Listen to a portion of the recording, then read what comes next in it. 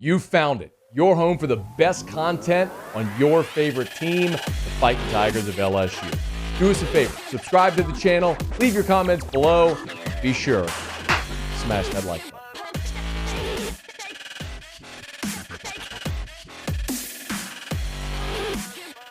So it is watch list season around college football right now, and I will always caution you, don't overreact to watch lists. When roughly half of the FBS is represented on a given watch list, it's really not that big of a deal being on a watch list. It's a bigger deal if you're not on the watch list because it means, well, you're not good at that position. But sometimes watch lists are an open door to talk about certain players. For example, B.J. Ojulari today was named to the Nagurski watch list. The Nagurski is given annually to the best defensive player in the country. And we spent a lot of time last week talking about B.J. Ojulari, why it was so important for him to go to SEC football media days, for his name to get out there. Now, I don't think B.J. Ojulari is going to win the Nagurski, because when you play in the same conference and at the same position as Will Anderson, who's likely going to be the first pick in the draft next year and win every award, be an All-America and all that junk, it's going to be very hard to win national awards. But could B.J. Ojulari be All-SEC? Could he push for All-America honors on certain All-America teams? Absolutely. Go have a double-digit sack season? For sure. So it's great to see B.J. Ojulari recognized. But I was very more interested in the Outland watch list. And there was an LSU player named to the Outland watch list, which is given annually to the best interior lineman. That's either side of the ball. That's offensive or defensive lineman. And Jaquelin Roy was named to the Outland Trophy watch list. I certainly would have thought Mason Smith probably would have been more likely to be honored there. You probably could have found one of your veteran offensive linemen there. But Jaquelin Roy, who in 2 seasons has played 2 seasons as a rotational player at LSU, clearly has caught the eye of some or many. And I don't love doing the comp thing, the comparison, because inevitably when you say a certain name, people are going to go, "Oh, how can you compare that player to fill in the blank?"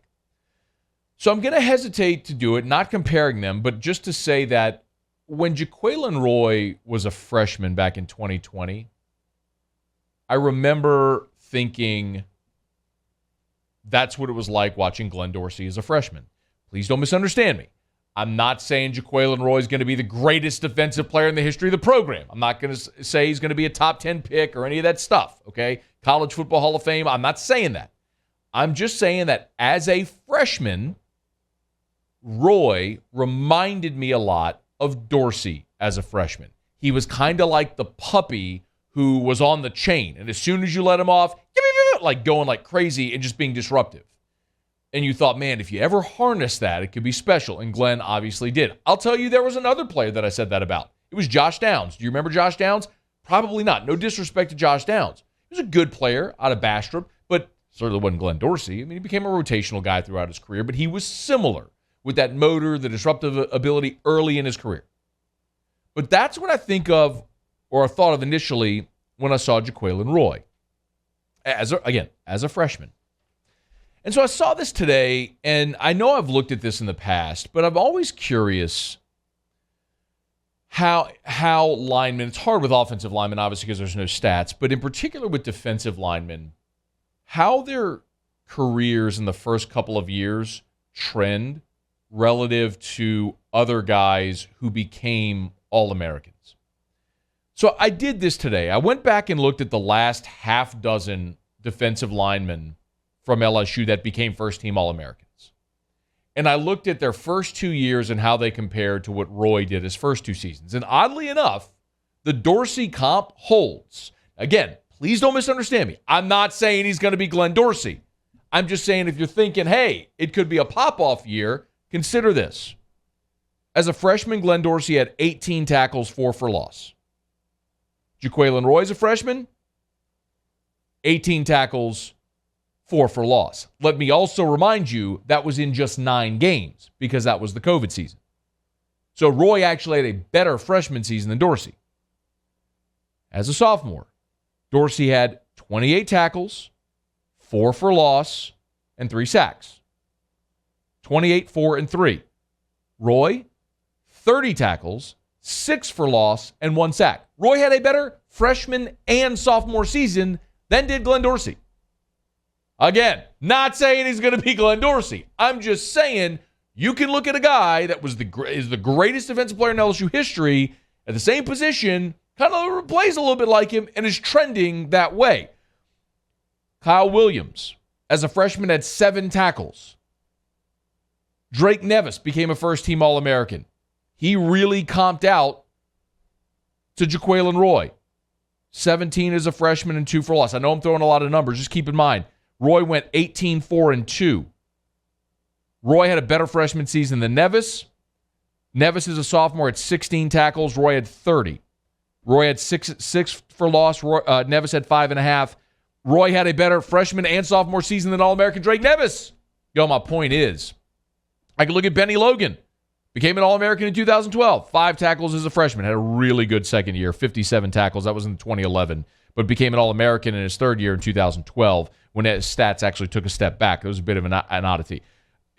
My point is, y'all, when you look at the way Jaquelin Roy's first 2 seasons in Baton Rouge have trended, they are on par with the last 5 defensive linemen that became All-Americans.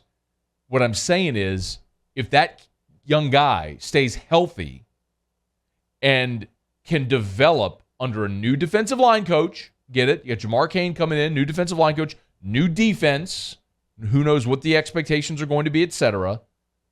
But he's trending in that direction to be one of those types of linemen. Now, the one outlier is Booger McFarland.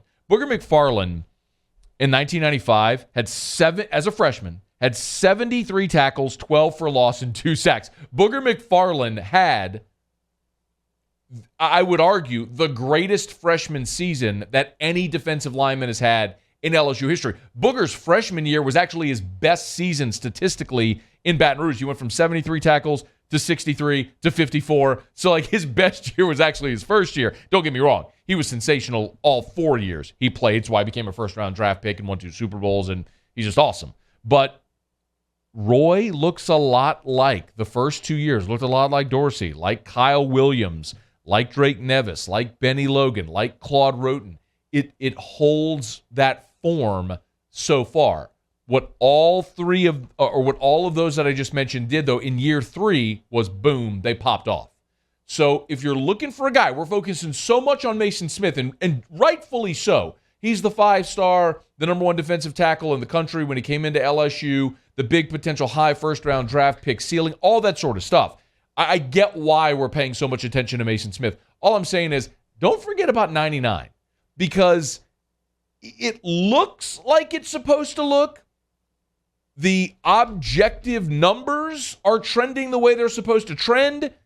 Can he in year 3 do what all of these other guys did in their third year, which is hit that hockey stick growth and become a dominant player in the SEC and a potential All-American?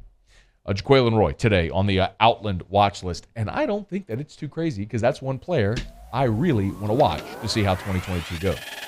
Hey, thanks so much for watching. Please leave your comments. I love to interact. And be sure to hit the red subscribe button below.